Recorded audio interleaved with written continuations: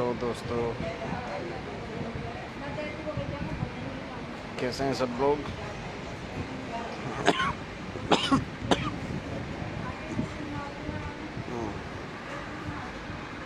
भाई सुबह से ईश्वर से प्रार्थना कर रहा था कि वादा तो कर दिया, पर पता नहीं बात करने की स्थिति में रहूँगा कि नहीं। लेकिन बड़ा अच्छा लग रहा है कि आप सब लोग जुड़ रहे हो।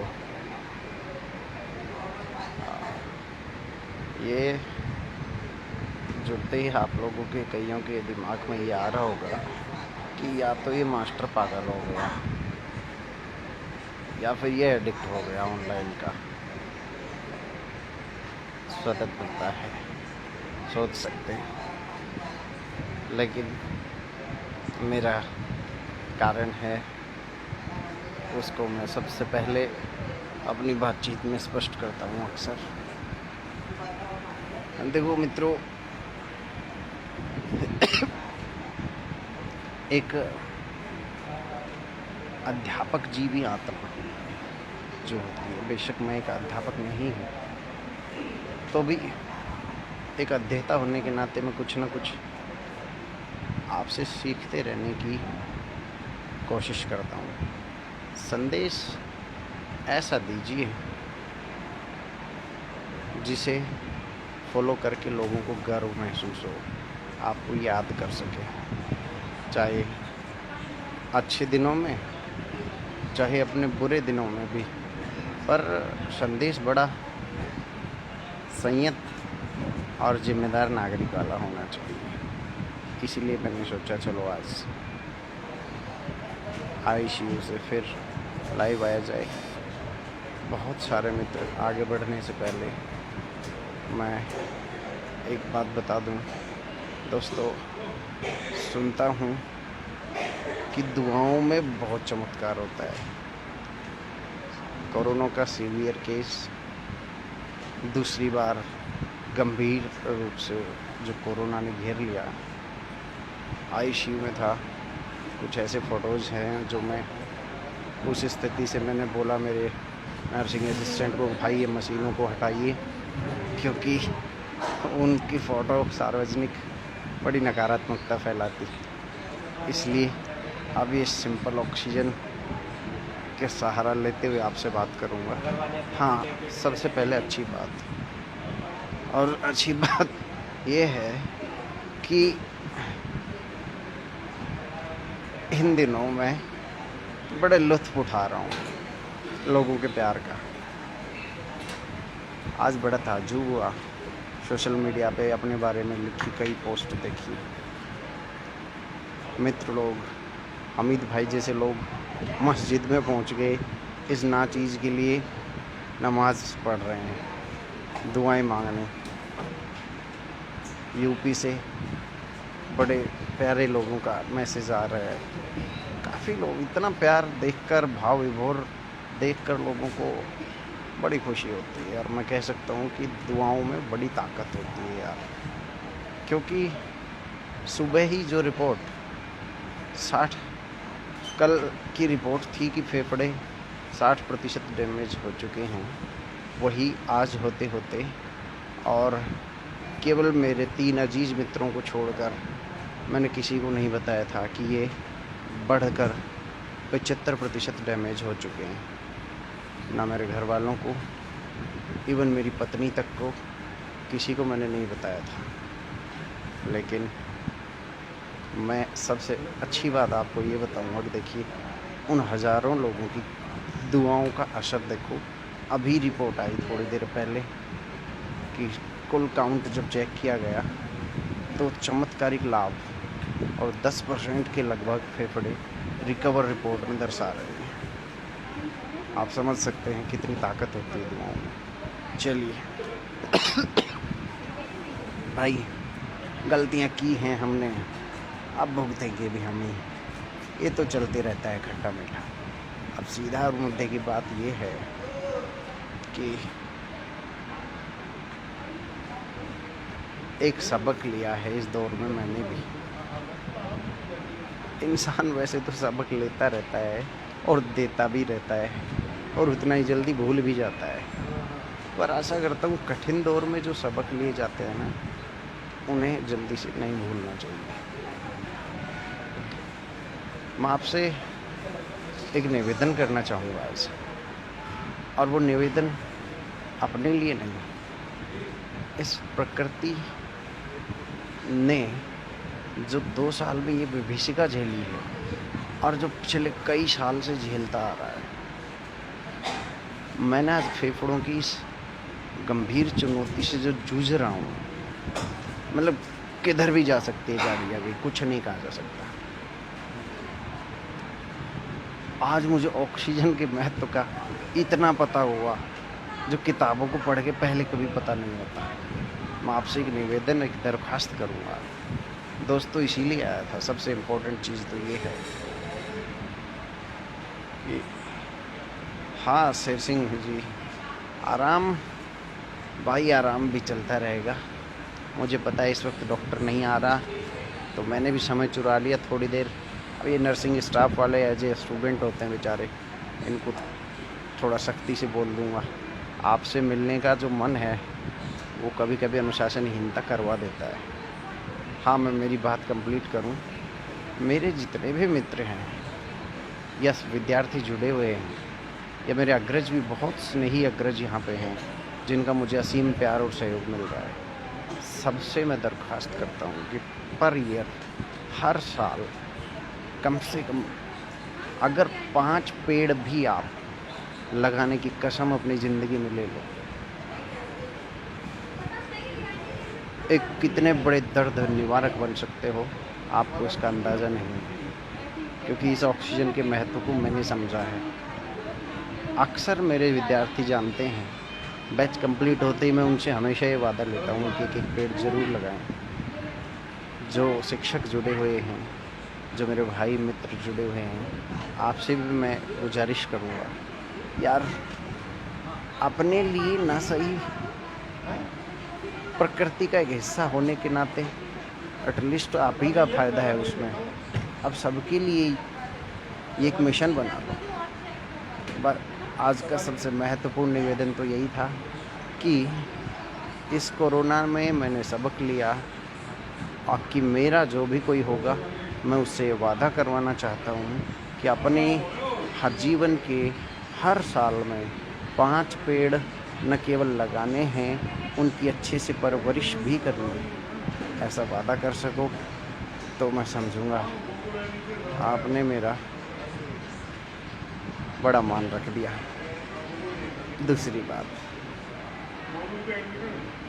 दूसरी बात उन सब के लिए जो बहुत चिंतित थे कि क्या हुआ, तबीयत कैसी है, अब मैं आपको बता दूं,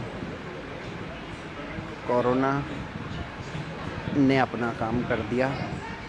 अब डॉक्टर्स को अपना काम करना है, परिणाम मेरे हाथ में नहीं है। क्योंकि फेफड़ों का जो डैमेज होने की रफ्तार है वो थोड़ी ज़्यादा है ना, 70% के आसपास का रेशो है ख़राब होने का। बेशक देखिए, हम और आप मिलकर इस जंग को जीत लेंगे। बहुत जल्द मैं यहाँ से स्वस्थ होकर वापस लौटूंगा, ये मैं मेरा वादा कर रहा हूँ आपको। 2 चीज़।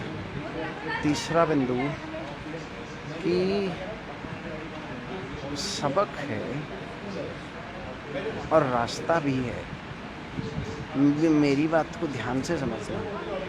ज़िंदगी में हर सेमिनार में, हर आरंभ में लोग सफल लोगों को प्रस्तुत करते हैं।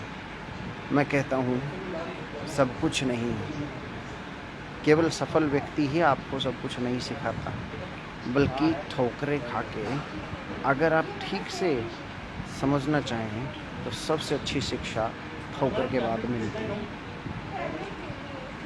फिर से कोचिंग बंद हो गई, फिर से स्कूल बंद हो गए, मेरी आत्मा तड़प रही है।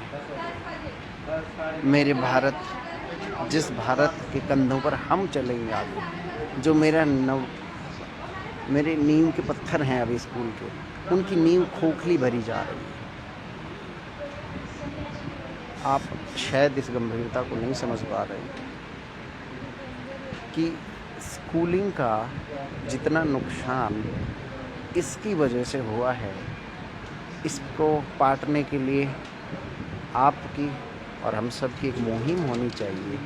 तो बीइंग ए टीचर मैं आपसे ये हम्बल रिक्वेस्ट करूँगा सबसे कि केवल सरकारी घोषणाओं पर अपनी समाज का और अपने देश के भविष्य को टिका नहीं रहने दें। आप समझिए इस बात की गंभीरता को।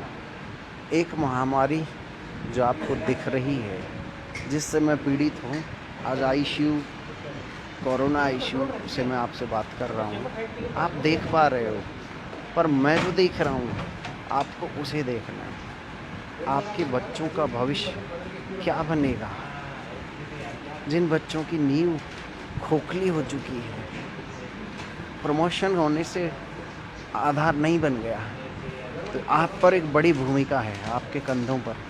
आप अध्यापक हो सकते हो, आप पड़ोसी हो सकते हो, आप रिश्तेदार और भाई हो सकते हो।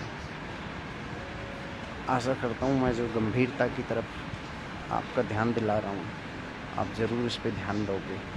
और अगर आप इतना करके और उन नौनिहालों को संभाल पाओगे इस कठिन समय में, उन्हें जो ज़रूरत थी वो शिक्षा घर पे, वो माहौल, कंटिन्यूटी अगर दे पाए, तो मैं समझूंगा मेरे शिक्षक की आत्मा आप में रहकर भी जिंदा रही। ये मेरा संदेश है आपको, ये मेरा संदेश है आपको। और अब मेरी समाज की ज़रूरत है और आप कर सकते हो, क्योंकि मैं जानता हूँ मुझसे जुड़ने वाला हर एक व्यक्ति बड़ा जिम्मेदार व्यक्ति होता है। अगर आप ऐसा करोगे तो थम्स अप कीजिए, मेरी बात को सब तक फैलाइए, पहुंचाइए। समाज पर आए इस गंभीर संकट, जिसका नुकसान भारत के दिवालियापन से भी नहीं भरा जाएगा। हमारी बौद्धिक संपदा चौपट हो गई।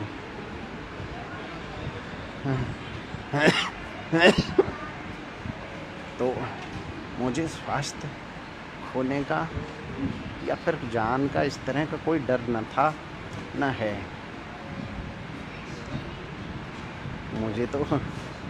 मुझे डर है समाज के खोखलेपन का। उसमें मेरा सहयोग करो, मेरी इच्छा को आप समझो, अपनी जिम्मेदारी निभाओ।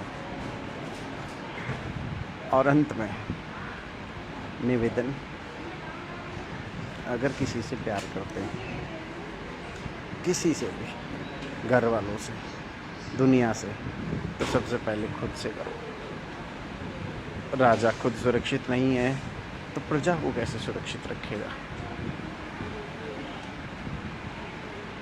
सबसे यही निवेदन करूँगा।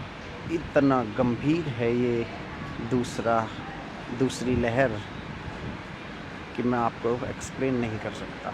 मेरे जैसा वॉरियर समझने वाला व्यक्ति भी धराशायी होकर गिरा हुआ है और किसी को कुछ आस नहीं है अभी। इसलिए मास्क ज़रूर पहनें, कम से कम बाहर निकलें, रचनात्मक जीवन अपनाएं।